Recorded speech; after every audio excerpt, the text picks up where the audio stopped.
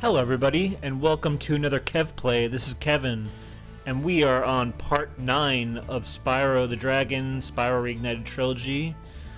Last time we almost got through Dreamweavers, but we're still on Jocks, the boss. This is the boss level. We cleaned up a little bit of the beginning of this level, but we still have some. We still need to face the boss, and then we still have to find some more gems. So, we will venture onward. Let's try going this way.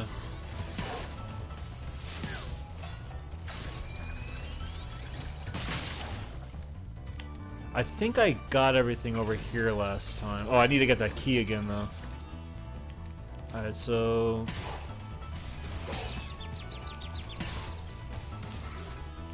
make sure those guys are all taken care of. Oh no, I keep forgetting I don't have a hover. The hover ability, which we will come to learn, is so... I think it's so essential to the gameplay of this game. And it's so ingrained in my muscle memory that it's really hard to really envision any future Spyro without it from the get-go. It definitely takes it definitely is probably one of the things that shows its age when you play the original Spyro. But you know what? I love the progression of Spyro's abilities, and I think I could forgive the first game for not having it, obviously. I think this game is just, you know, it's doing so much right in its first installment than any other real, compared to, say, Crash Bandicoot did, but, compared to its sequels. But, yeah. Nothing to complain about here. I always have to get used to it on the beginning of our run, not to just press triangle by accident. Oh my god. No, what do you... tell me I had that key still.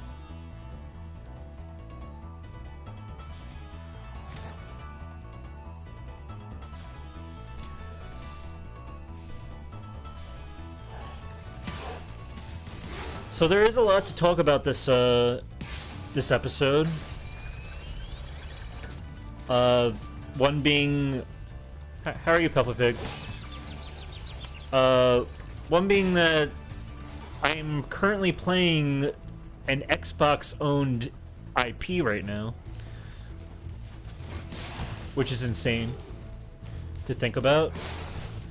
Yeah, Activision has spent close to $70 billion. No, I'm sorry. Activision has not spent anything. Microsoft has spent close to $70 billion to buy Activision, and it's the biggest acquisition in the video game industry, in the industry's history. It's insane to me that it happened. It happened without any, warning, really. There was nobody who foresaw this, or there was no leaks about it. Anyone who knew about it kept a tight lip. Yeah, you don't need to say it, but yeah, it's honestly, I have very mixed opinions. I think this is something that's going to... I think the results of this acquisition is something that's not going to really reveal itself until the years to come, because 2023 is when the... oh my god. 2023 is when the deal is actually finalized. So that's probably going to mean that any projects by Activision that are set to release this year are probably still under contract to release on multiple platforms. Here's the thing, I don't think... I mean, Phil Spencer said that he has every intention to satisfy other platforms and to keep IPs on Sony's, you know, like allow them to go onto like Nintendo or Sony or PC or whatever. But I think there's a lot in his phrasing that can be picked apart to kind of have a little bit of a loophole in that promise that he's giving. For one, I think it's without question we will see timed exclusives. We will see exclusive content for Xbox only, regardless if it gets released on multiple platforms. Oh my God, these flower gnomes here. Norks. I thought Bethesda was ridiculous. I haven't seen anything yet. Yeah, I mean, and Bethesda was like a $6 to $7 billion acquisition. That was huge too at the time. It was huge for. It was huge for MLB The Show to just no longer be a Sony exclusive, but this just takes the cake right here. It's kind of scary. It's kind of like I kind of don't understand it. I don't understand why Microsoft feels the need to just throw money at studios just to acquire them instead of like fostering good. You know, like when you think about like with Sony, they actually really tend to their studios and they grew up through Sony's history to be the developers they are, the Naughty Dogs, the Insomniacs, the Sucker Punch, and Guerrilla Games and Santa Monica Studio and all that. They were like Sony like kind of like grew up with those studios and they kind of like developed on their own and like that's how they became so great, is that they were allowed kind of creative freedom and they were given a lot of trust by Sony, and there's a lot of history there. Whereas with Microsoft, like they have IPs like Halo and Forza and Gears of War and stuff, but for the longest time they really weren't treating their own exclusive studios with the same amount of care and consideration as Sony does. And now it's like, even before the acquisition of Activision, a lot of the big flexes from Microsoft was, oh, now we have this amount of studios now. Like we now have this many studios. We've acquired this many studios, and it's like we still are waiting for games to come out. Like, yeah, sure, Hellblade is gonna come out, and that's looking great. But it's like, it makes me wonder, like, is Xbox's answer to like competing with Sony or Nintendo, is their answer just throw money at the problem? And I mean, obviously Activision already has Activision's already a well-oiled machine. Bethesda is a well-oiled machine. But I don't know. I feel like, and like, I haven't really listened to any. I mean, I've listened to some podcasts here and there, and I haven't really listened to Sacred Symbols yet, which is one of the podcasts I follow. But the general opinion that I kind of agree with from Colin Moriarty is that this is going to set like a kind of a chain reaction. I hope that Sony doesn't answer this answer this with buying, like feeling the need to buy their own studios when they don't need to do that. That's not what's been making them successful. I don't want to see Sony just throw money around just to kind of like send a message to right back to Microsoft. I don't want to see that. I don't want to see other companies do that, where we're just consolidating all all this ownership towards studios and just monopolizing things. Like I feel like it's just like a bad. It's just not. It's not healthy for the industry. I don't think. But you know what? I'm not really. I'm only an armchair analyst. I don't really know. I don't know what's gonna happen.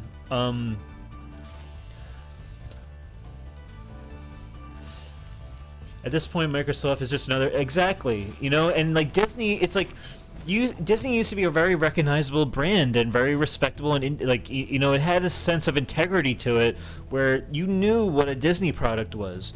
Now it's Star Wars, Marvel, The Simpsons, you know, every Fox, anything on Fox, like it's just a bunch of like mismatched brands just bundled up into a ball, and it's kind of like it's almost like, yeah, Disney, you're getting the money, but and you know it's like business wise it's good, but it's like you're losing your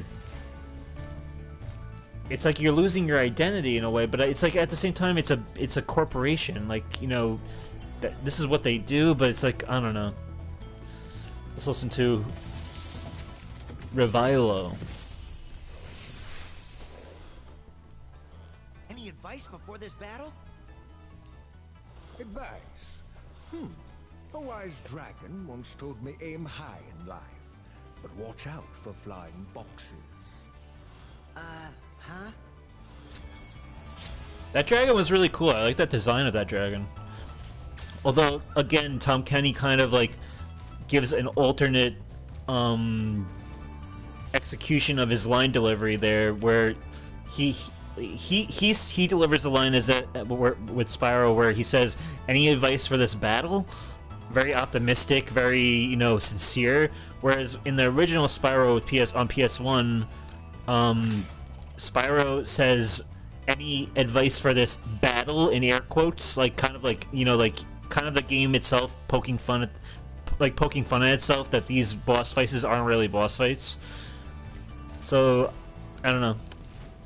Just a little rant there, but and oh boy, I can't wait for CTR 2 to come out and see Master Chief and Banjo-Kazooie come out of nowhere. You know, in a way, Master Chief already exists on CTR, because if you play as Crunch and you use the skin where he's like in a motorsport kind of like helmet, and like you can make it where he's just like in this green suit, and he actually looks very much like Master Chief already.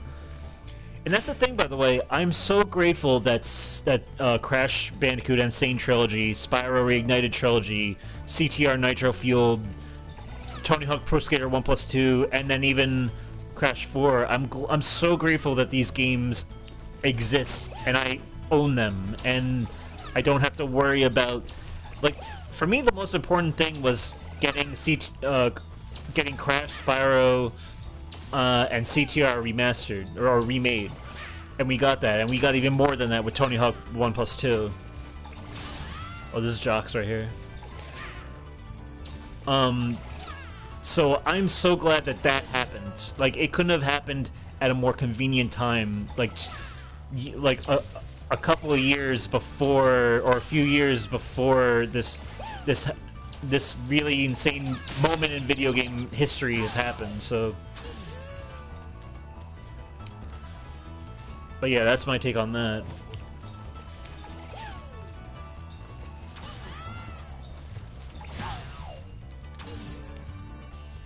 Jocks is a wily one here.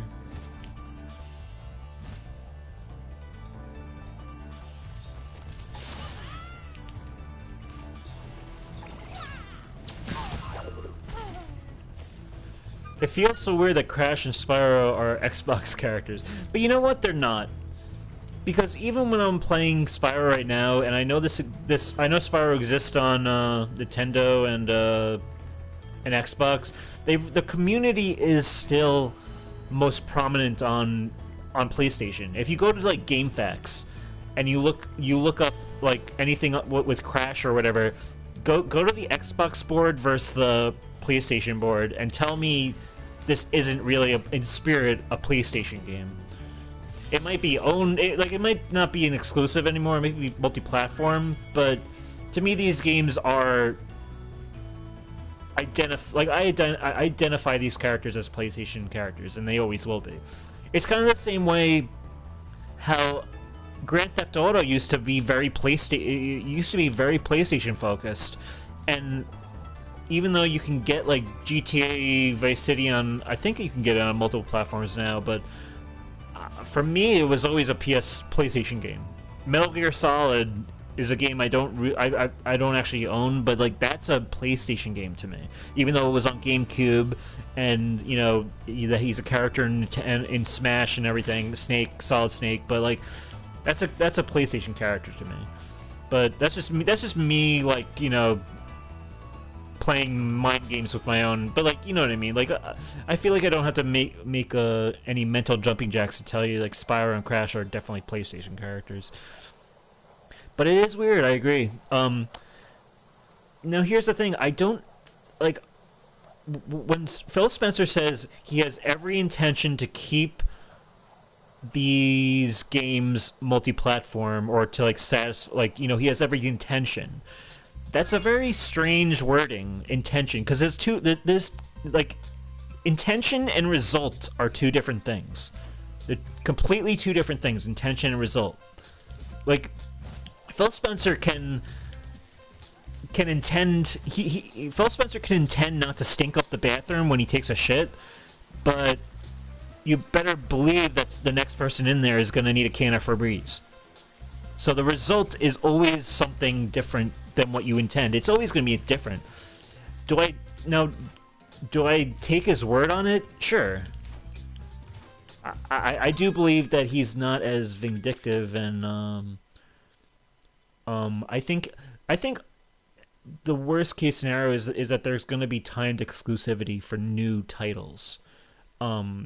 And then maybe it will do what Sony does for their first-party games, where they will have the game out for a couple of years or a year, and then they'll put it on PC. And I think Xbox is already on PC with pretty much all their games when they release right out of the gate. And plus I think they're trying to get I think Game Pass is their main concern, and I know that they want to get Game Pass on PlayStation at some point. They want to get Game Pass on smart TVs. I think Microsoft isn't really concerned with like the console wars, because Microsoft is, I think they're going for something bigger. I think you have to remember, like, the video game division of Microsoft is not their bread and butter. I mean, it's a big chunk of it, but I could see them trying to really sell Game Pass as a service and using this Activision acquisition as leverage for that. Yeah, and definitely Call of Duty. And honestly, I was kind of, maybe I'm being an asshole, but I was kind of hoping. Well done, Spyro. I hope you know what lies in store for you. I was kind of hoping Call of Duty would go away from PlayStation, just so that Sony can actually have the opportunity to like bring back SOCOM or Resistance or Killzone, and because it would finally make sense for Sony to bring back like these shooters that Call of Duty isn't monopolizing the genre with. Like, I'm not saying that SOCOM could compete with Call of Duty on a financial level, but my God, I would be playing that game like every day. Like without a doubt, if that was the case, because I like those more strategic games that really don't appeal to the masses as much as Call of Duty does. Tactical shooters like that. Nasty's world is not the friendliest place you'll ever find. Are you ready to go? I think we're ready for Nasty's world. And yeah, there's going to be a bunch of games on Game Pass. And this is going to be a big thing for them. Yeah, absolutely. After Bethesda and now this. And you know what? There's a lot of positives, I think, too. I think I do see the possibility of Activision Studios kind of being freed up to do what they want now. I feel like Microsoft, you know, one being that they already have a lot of shooters on their plate, like Doom and Halo and Gears of War and stuff like that, that really is like the identity of their brand or whatever. I feel like they're not gonna like. I feel like Call of Duty is not gonna, because before when Activision was running by themselves, Call of Duty was really what was raking in all that cash, and it was what was keeping the lights on. Now Activision doesn't have to worry about what keeps the lights on because they're under they're under the umbrella of Microsoft. So now I don't think like all these studios that went on Call of Duty support, like doing Warzone, like Toys for Bob went to Warzone support, Vicarious Visions got folded into Blizzard. I feel like something might happen where maybe Microsoft might focus on this like the more of the platformer space that they can get into with like IP like Banjo-Kazooie and Spyro, Crash, and all them, and we can see more of that. And it's not going to be dependent on what the money, like money is not going to be the thing that's driving whether these IPs exist anymore. It's going to be the community, and like I see there's a bit of hope with that, and if that happens, then that's good.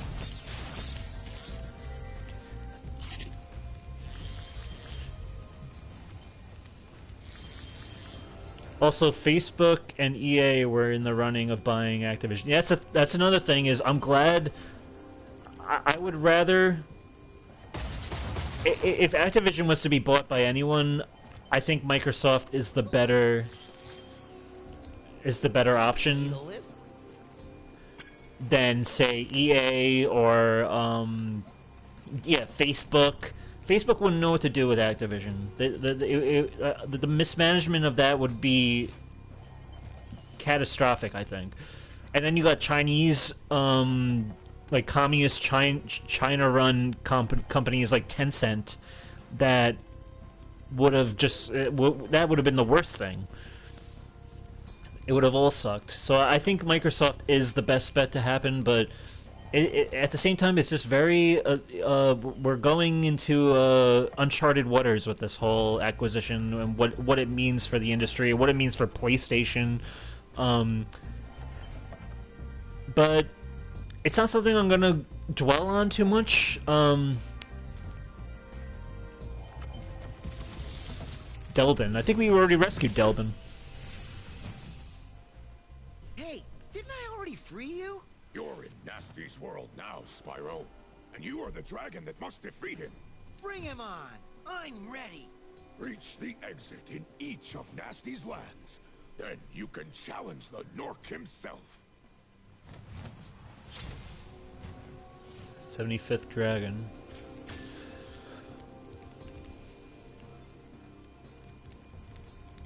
Wait, oh, it's a Nork Cove.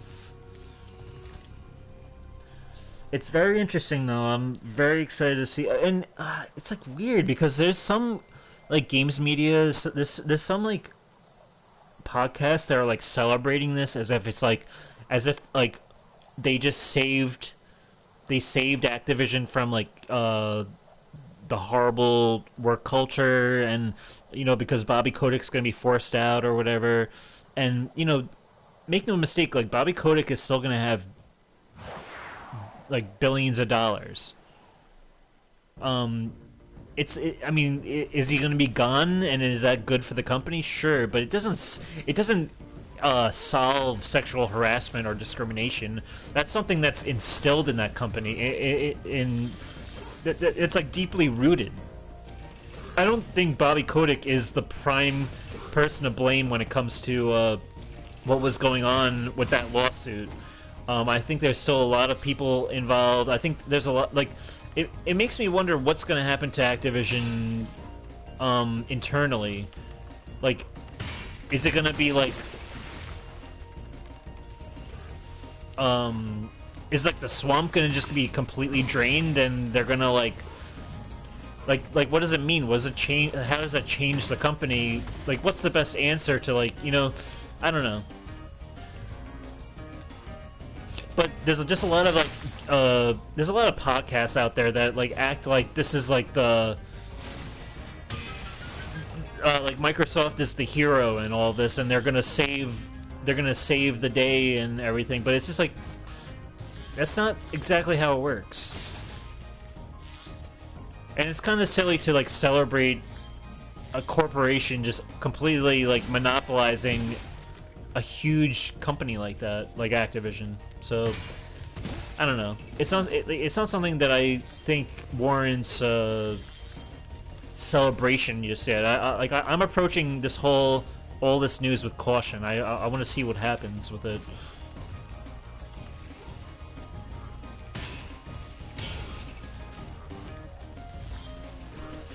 I always loved this last level, or last homeworld, really. It's short, but it's very unique. It's a nice change of pace compared to the whimsicalness of Dreamweavers and Magic Crafters, or like the kind of like darkness of Peacekeepers and Beastmakers. It's like, I don't know. It's. I just love the idea that we're in a cargo ship area, on the docks or something.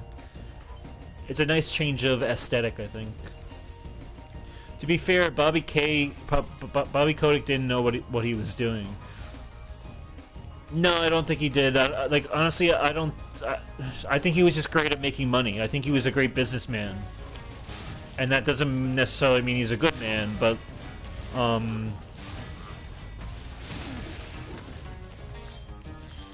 But yeah, I don't know.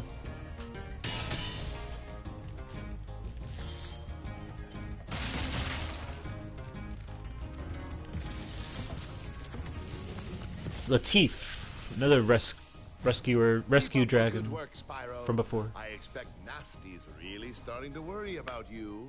I'd be shaking in my Nork boots if I were him. Hey.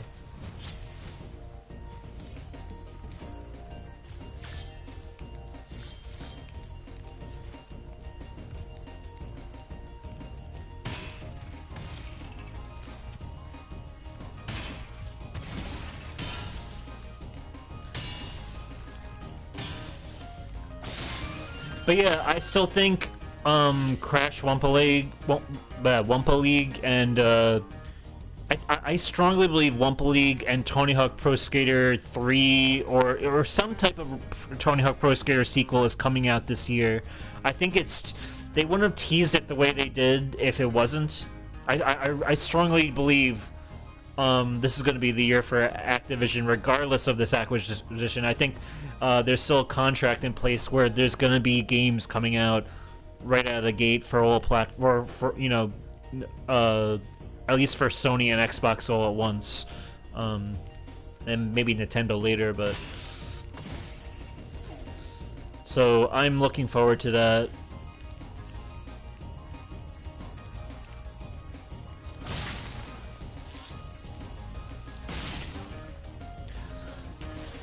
Also, I think I'll share what my 1996 game of the year is. Last episode I did my 1995, being Twisted Metal. 1996, I didn't have. I only had one game from 1996, and it was a pretty notable one. And I think you already know what it is. And that's our boy Crash Bandicoot, the first original Crash Bandicoot for PS1. It's a game like I grew up with Crash 2 first. That was the first game I got, but Crash Bandicoot 1 was a game that I always played over at friends' houses a lot. Like my neighbor, like right behind me, had it, and I just have memories of like playing it, knowing it was a harder game, and I remember getting into like the embryo stages a lot and thinking in my little like little kid perspective that this is like some of the hardest video game platforming I've ever experienced. I didn't know at the time that the Brio stages were kind of optional. But yeah, Crash 1, a much darker Crash, I think, compared... Well, they're all... I think Crash 1 and 2 are pretty dark in terms of not being like colorful. I mean, it's colorful, but like not it is challenging and all that. And for a kid, it's like, especially Crash Bandicoot 1, where the saves, the checkpoint saves are very punishing with how it doesn't save your box count or your box progress if you die. And how getting a gem, so where basically it means getting every box gem means beating the level without dying. So it's something it's like I said, the original Crash is not as great as the original Spyro in terms of what the series will become and what it's capable of, but the first Crash is still a very great platformer.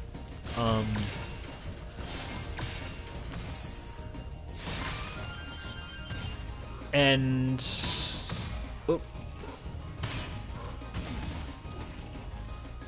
yeah, the original Crash aged pretty poorly, but it's, you know, and it is the original PS1 Crash is a Crash that I have 100%ed, and I'm very proud of that. It took a lot of trial and error and a lot of attempts and a lot of patience. A lot more than what Crash 2 or 3 would ever ask from you, but I enjoyed it. I think the only thing in the Insane Trilogy that I have not done is the time trial for Stormy Ascent. I managed to get the gem, but I did not do the... I did not go for the time trial at all. It's just too much trial and error. Rescued Tomas. Wow, I never thought I'd be rescued, especially by such a little dragon. What I mean is, I always believed in you, Spyro. You gotta believe. That is obviously a nod to Parappa the Rapper. His catchphrase, which I always thought was cool back in 1998, that Spyro was kind of self-aware of other PlayStation titles.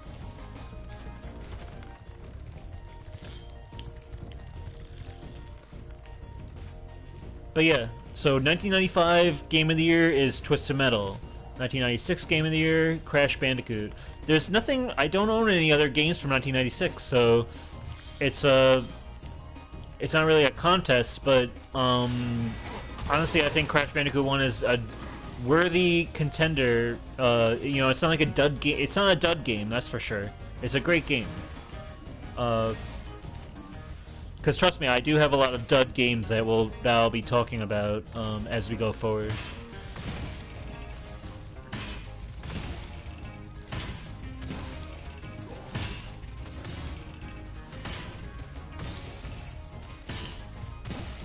I love the concept of this level where you're just knocking barrels around. It's a lot of fun. I also love this level too because they give you like this chest with a key that you have to get or whatever, and really you don't need any keys in this. Like if you can figure out how to, like, see right here we have a key.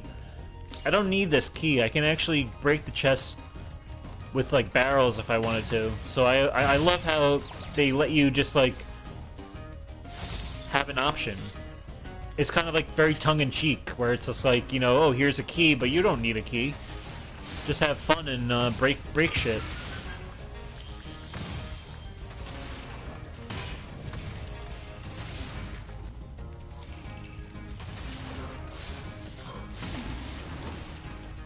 Like, here we are. No key involved. I'm gonna hold that key and sell it. I'm gonna sell it for scrap.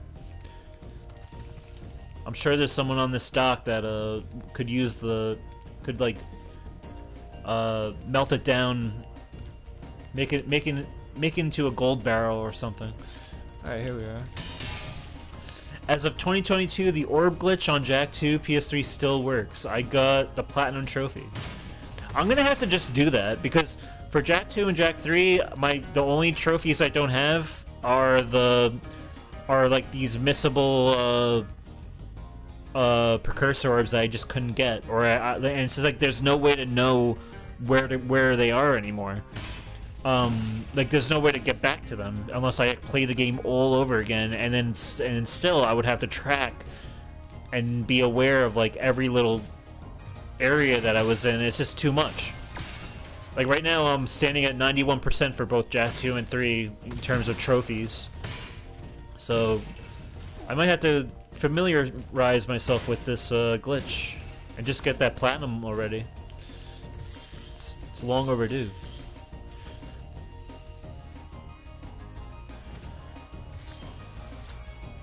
Here's 400. Okay, I think we're good. 100%. As for games I've been playing, I was playing Crash 4 yesterday. I managed to get the 3 max gem for both what's it called? Roadblocked, I think it's called. It's like the Dingo Dial prehistoric level where it ends with, you know, going to crash gameplay and you're running away from the Tyrannosaurus Rex. I managed to get the 3 max for both the inverted and the regular version of that one. Yeah, rock block, that's what it is. So I managed to do that. I still have to get a hidden gem on one of the... I think on both of them. I think. I'm trying to find it, I just can't find it.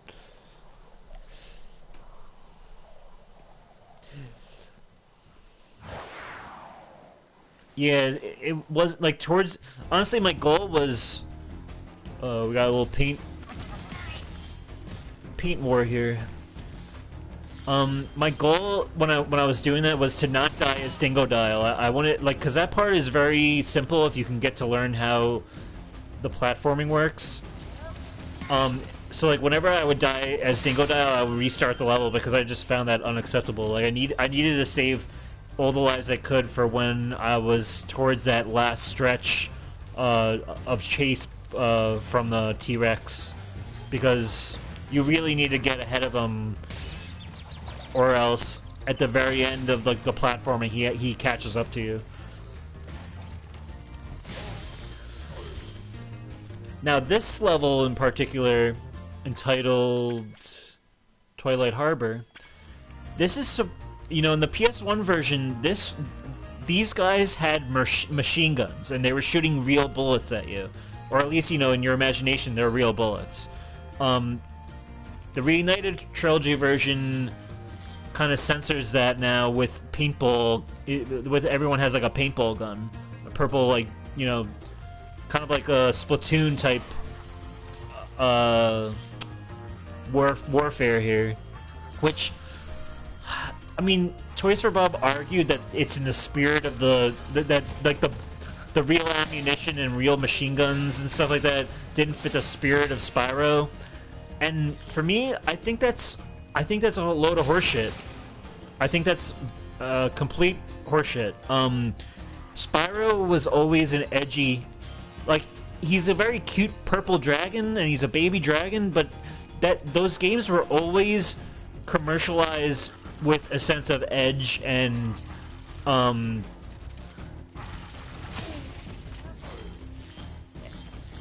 of like, you know, that Spyro is this badass, and that he's gonna go up against foes who are really packing heat here. So I know they'd want to go into this like whole thing where it's like, you know, it's a kids game, but like I think it's a little ridiculous. I know we're in a different climate though, with like, you know, school shootings and like gun control, and like it's a different world we're living in now in terms of guns, but I don't know. For rescuing me.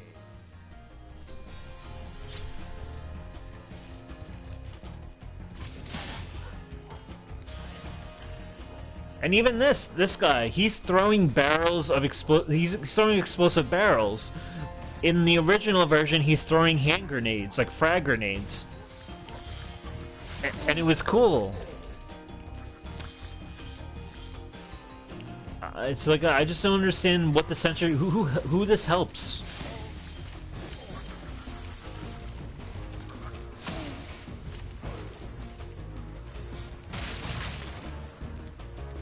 I mean, if Crash Bandicoot can have Pinstripe shooting his Tommy gun around and nobody bats an eye about that, why can't Spyro overcome some live ammunition here? I don't know. I guess you gotta take what you can, though. As long as the game plays great, that's the most important thing, but I don't know.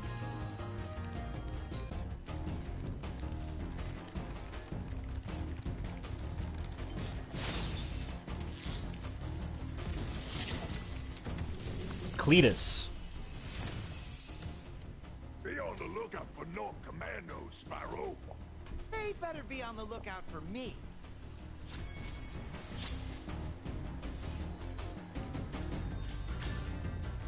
Exactly. They had Dingo Dial say bastard, and that was awesome.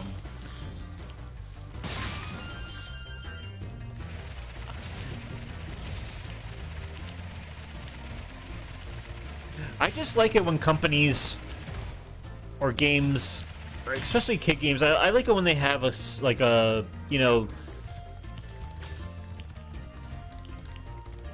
where they don't, like, you know, shy away from being a little edgy, be a little, like a little sense of mischief. You know, not everything has to be like sunshine and frosty swirls. Even Tony Hawk removed blood. Like like the character, like when the characters fall, they don't. Like there's no blood that comes out anymore. It used to be mild blood, but like, I don't know. I guess they're. Oh man. I guess I'm talking about. I'm so bloodthirsty that I just ended up dying.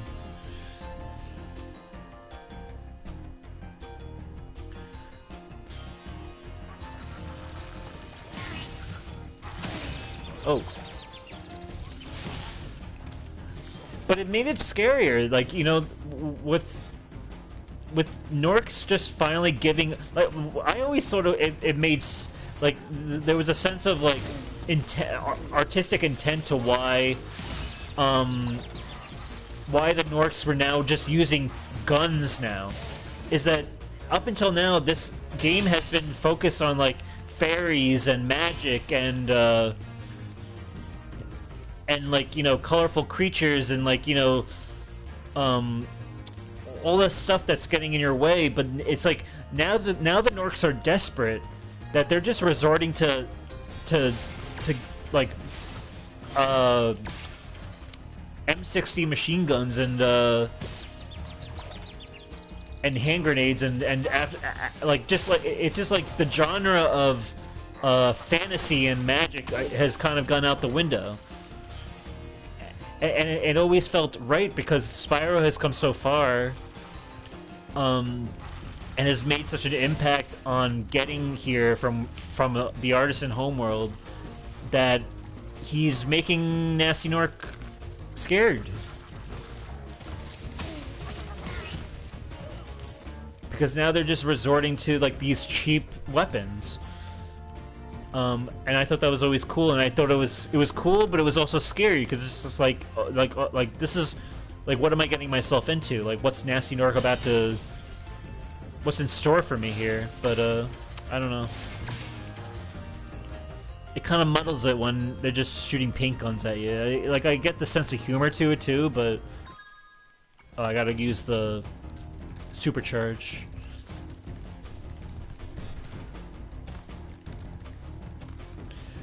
Oh, I remember there was a skill point in this level that was giving me a lot of trouble. I remember being in this level for a very long time, just trying to figure out what I'm supposed to do. I think I remember what it was. It was about finding, like, these gears in the wall. I don't know if I'm gonna do skill points in these streams because they're not really necessary, but maybe I will, I don't know.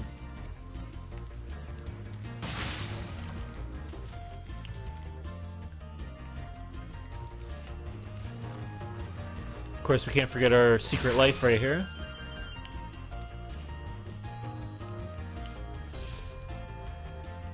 I mean, I enjoyed them. Like, I did the skill points when I first got this game because I just know these games inside and out that I wanted kind of a challenge when it came to like exploring and collecting and stuff like that.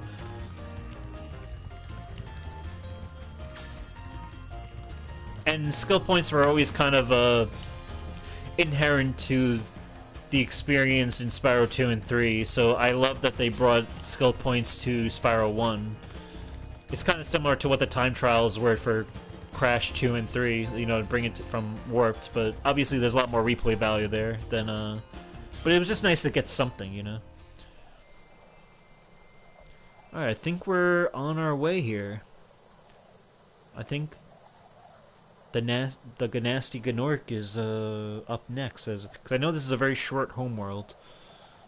We'll see. I should probably stock up on oh, there's a lot to do actually. You know what? If this doesn't last, because I don't think I'm gonna be able to get the nasty and, you know, the secret area ending in time, so maybe I'll go for skill points too. If it comes to it. Right now we're going for Nasty Gnorc though, the big kahuna.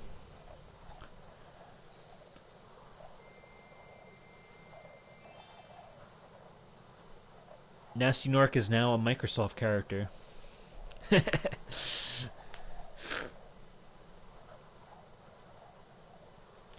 Oh, are they gonna put one gem in the homeworld in the next Dragonmouth?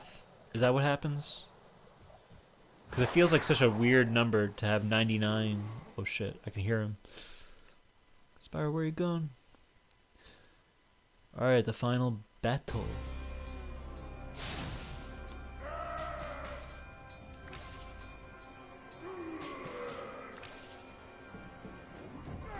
Alright, let's do it. Let's try to get the skill point for this one at least.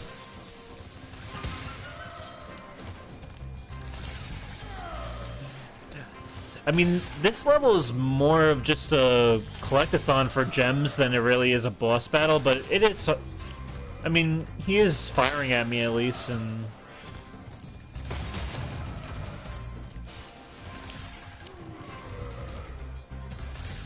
Alright, let's go for the chase here. And just when we thought we were done with these thieves, they become the most important part of the final days of this game.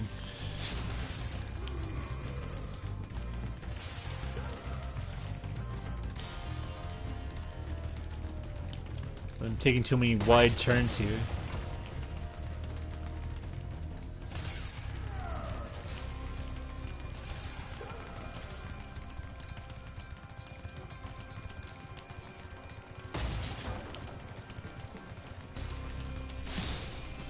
All right.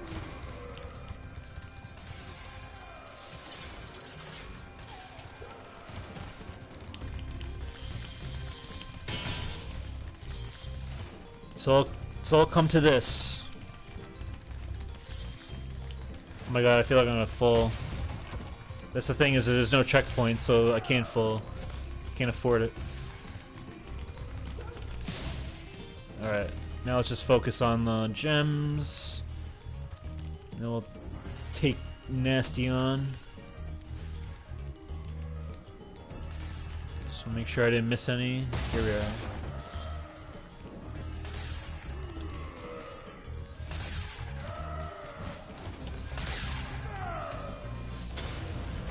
Quit your belly aching.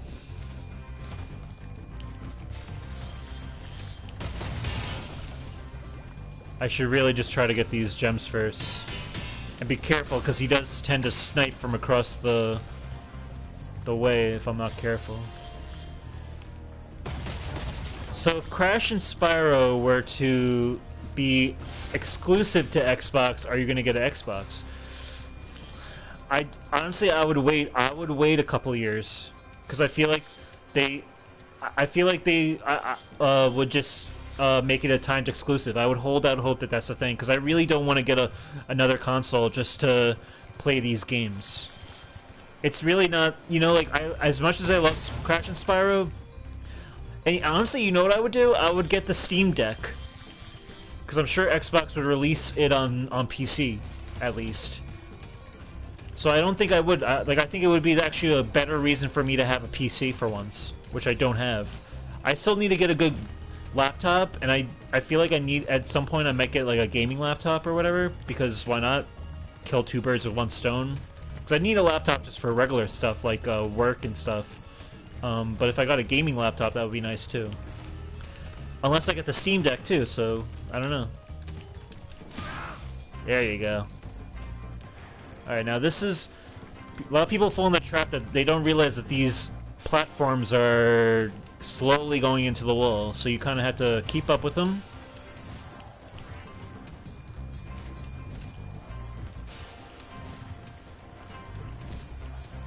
And here we are.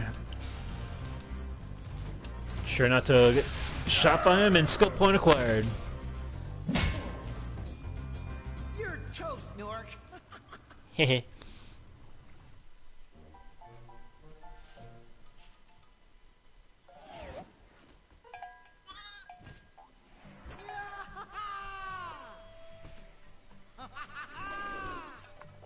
Sorry I took so long. Almost forgot about you guys.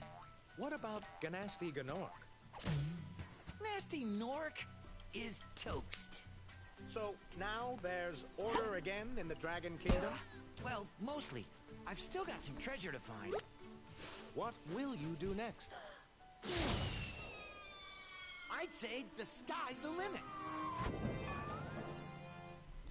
The sky's the limit unless Microsoft, you know, acquires you and makes you an exclusive.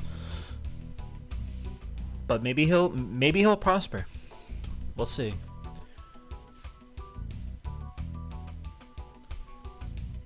I like this little artwork that they give from Toys R Bob.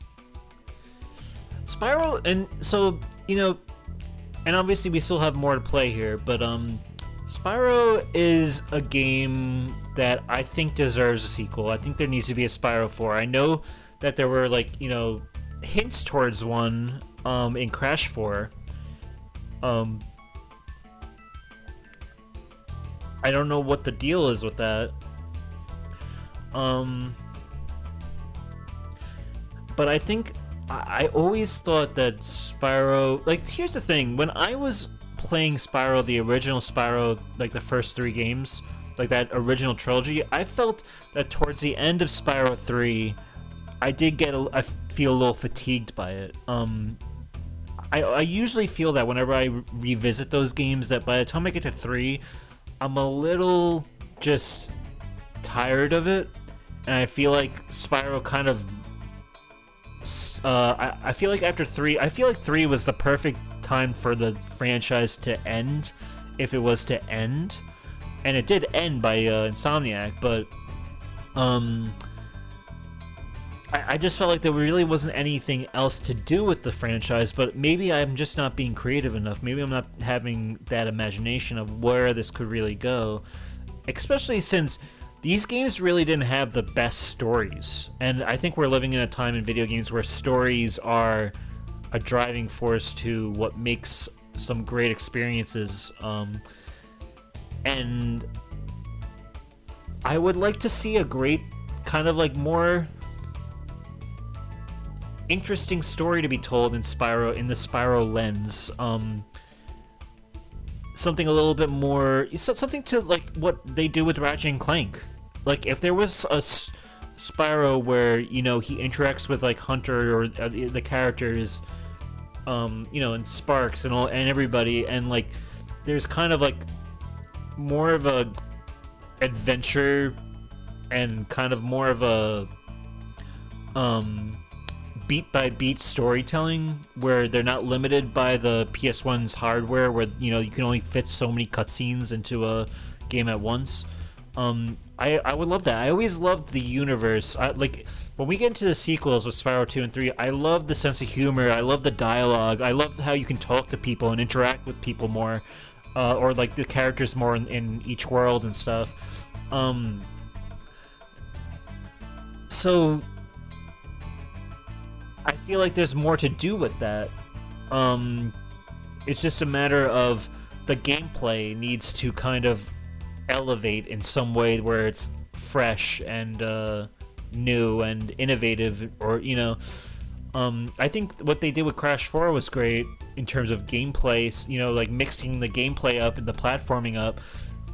I would love to see what they can do in the same way for Spyro while still being true to what Spyro is, because Spyro isn't what, like, Crash 4 was made with the idea that this is gonna be the punishing platformer that everyone's been complaining about with Crash. You thought he was the Dark Souls of platformers. We'll actually give you the Dark Souls of platformers, like, in terms of 100%ing, or at least. But Spyro wasn't known for its difficulty. It was known more for its sense of exploration and kind of just like chillness. Like, you can play Spyro and just relax and just go, get some gems and this challenge, but it was always just like choose what you want to do and how you want to play type of game. So like I would like to see more of an expansive world in Spyro. I think they can do something really interesting with that. Obviously we got a lot of Spyro ahead, but that's just my idea on that.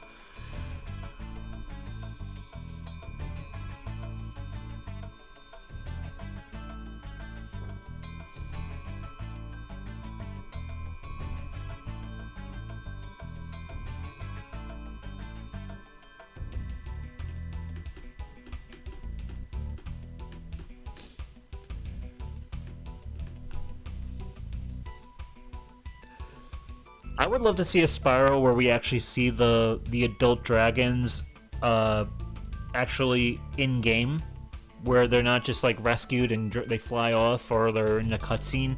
I would actually like to be like, I would love to see the franchise kind of take advantage of the fact that we're living, like, Spyro comes from a world of dragons and there's like this majesty to it, and we can kind of like explore the world and actually see huge hulking dragons around that are actually on your side.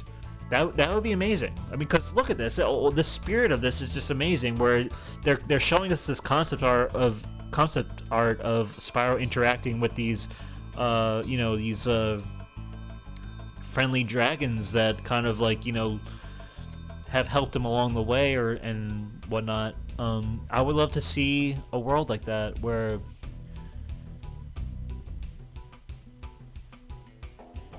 they can kind of expand on that and go forward. But that's just me. Like, that's just my crazy kid imagination of what this game could really be in a modern current gen adaptation.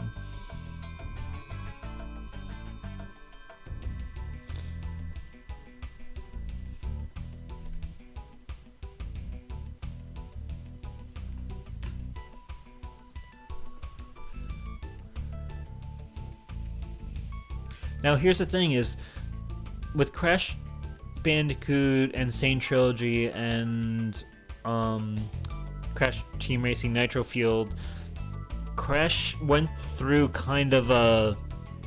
I mean, he kind of had the same art style, but then once Crash 4 came out, they kind of freed up the art style a bit and kind of got a little bit loose and took some artistic liberties in how they want to present the world. I wonder what would happen to Spyro. Like, does the current art style hold it back, or would they make it kind of a little bit different where it gives them the opportunity and like kind of like the physics and engine to make a more versatile game? I don't know. I mean, if they do, though, I would hope that I think Crash 4 struck a nice balance between a little bit of a change in his look and like the character looks, without kind of trampling on what the character, how we envision the characters to be. Like, it's not like Mind Over Mutant or Crash of the Titans, where they just completely change the characters and, for whatever reason. It's changed, but it's just different. It's still within the same spirit in a way. Close, sort of, but something where I can still believe that this is a Crash game I'm playing and not some, like, complete alternate reality version. But yeah, I really love Spyro. I don't know what more to say about it, but I do think these credits are not, credits are always credits, but credits compared to the original PS1 credits, I love that they would have a first-person view of Spyro flying around each world that you were in. There was a sense of I love how that was kind of a tradition with Spyro games, all 3 Spyro games. Whereas this is just just that black screen in a credits scroll. But I don't know.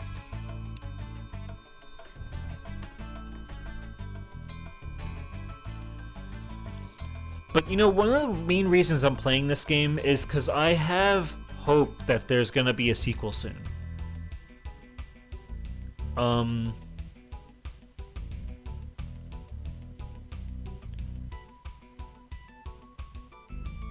And I definitely wouldn't want the sequel to come out and I have to still play this on my channel, because I would love the opportunity to kind of get these really beloved games of mine out of the way, which I really love. And like, honestly, I'm not just playing just to get ahead or whatever, but I'm hoping that this is a good excuse to, like, stream these while also getting ready for what could be a new game soon. There was, though, wasn't there, didn't people discover stuff in Crash 4's, like, art design or whatever? I mean, it hasn't been really teased as much as Tony Hawk or Crash as a Wumpa League, but I feel like it's something that's been percolating, and that does exist. That does, like, I would not put it past Activision that they or one of their studios has been working on a Spyro game in some sense. But you're right. Like, if I was to, like, I think without a doubt, Tony Hawk and Crash, we will see them in 2022 in some form.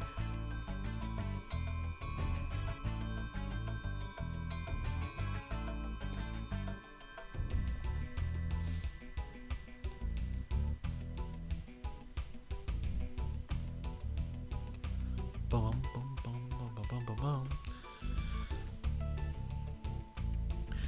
But other than that, what else have I been playing? I said I played Crash 4. I've been playing... I jumped into Riders Republic for a bit, and honestly, I can't get into that game. I just can't. Because it doesn't feel like an actual game. It feels like... It just feels like, first of all, there's no offline mode. It's all online. And... I just don't like how Ubisoft sets up these open worlds where, like, you have, like, I don't know, it just feels so jumbled, and it plays okay, but it's like, with Tony Hawk, I know, like, with Tony Hawk games, like, that's a game where you need to get good and practice, whereas with Riders Republic, I think it's the same thing, but it's just like, I have no interest. Like, I know I can get really great at Riders Republic if I wanted to, but I really don't, like, it's just, I don't have history with it.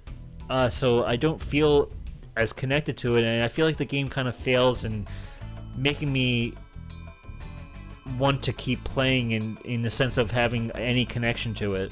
Because it's so wild and out there, and, like, you can dress your character up in, like, funny clothes, and it's just, like, it doesn't have a sense of, like, grounding or, like, reality to it that I don't know. it just doesn't. It's not really jiving with me.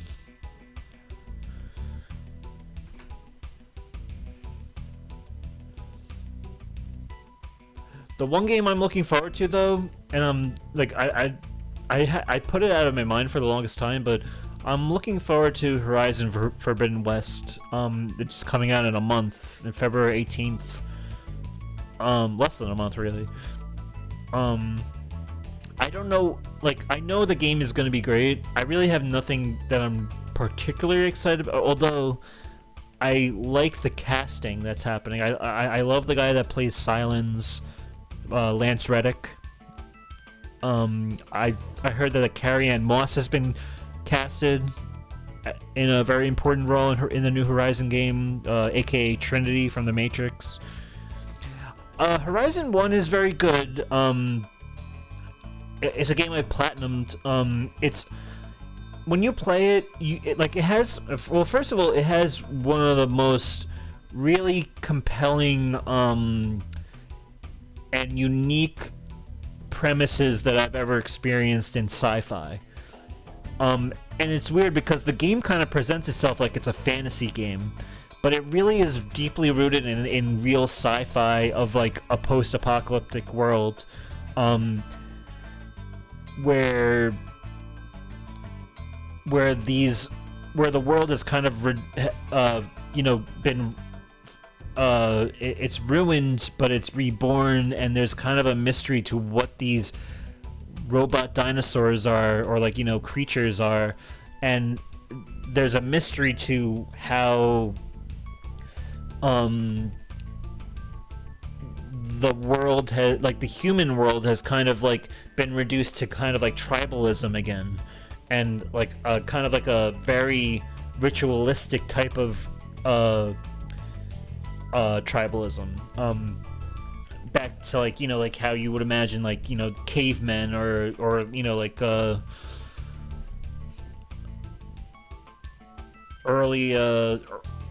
early America, with Native Americans and such. It's very interesting in a culture perspective, in a sci-fi perspective. And Aloy is a very interesting character. I think she's one of here's the thing, I'm very disconnected from the story. I feel like I need a good recap of it, but I know for a fact that it was a great story, and a very awesome transition for Guerrilla Games to go from Killzone to this. It really is very awesome. The thing is, I'm hoping that the second game is less about the origin story of Aloy, less about the mystery. I mean, the mystery is always a thing that's going to be there, but I hope that they kind of expand and really kind of validate why there's a sequel to this game. Because I was thinking about the other day is that I don't know how many games I've played where there's a sequel to an open world game where I'm playing the same character. Not that I'm saying that Aloy, not that I'm saying that they need to pull off a Last of Us here, where, there's just a completely surprising thing that happens in how, in dictating what characters we play in that sequel. But I just thought about, think of all the open world games I've played on Sony.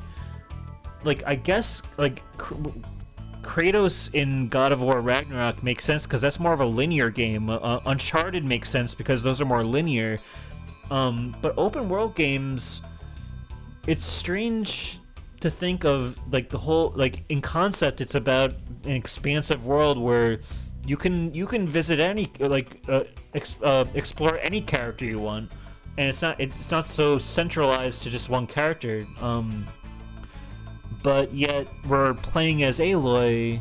It's, I don't know, it's strange. It's a weird thing I was thinking about where I can't think of any other open world games, because even Red Dead, you're playing as a completely different character in the second game. No sheep were harmed during the creation of this game. A few Norks, but no sheep. There's the Toys for Bob crew and their dogs. I wonder if there's like a hint in this picture to a Spyro sequel. I'm sure, like honestly, like I wouldn't be surprised. But maybe I'm thinking too much into it. But yeah, like even like GTA games, like they always change the character. But like yeah, Horizon Zero Dawn is a very specific story for Aloy. But I don't know. There's just no other game I can think of that I've played where it's an open world game and you're still playing as the same character. I don't know. This is something makes me wonder if we're gonna play as another character in the game or not. But for now, we will continue this next time for our final episode of Spyro the Dragon, Spyro 1 on Reignited Trilogy. Pulpa Pig, it's been a pleasure. For anyone out there who wants to take it upon themselves to like, comment, or subscribe, that is greatly appreciated. And I will catch you guys next time. Please stay safe, stay healthy, keep a clear head, and keep on gaming. And I'll catch you guys next time. Kev out.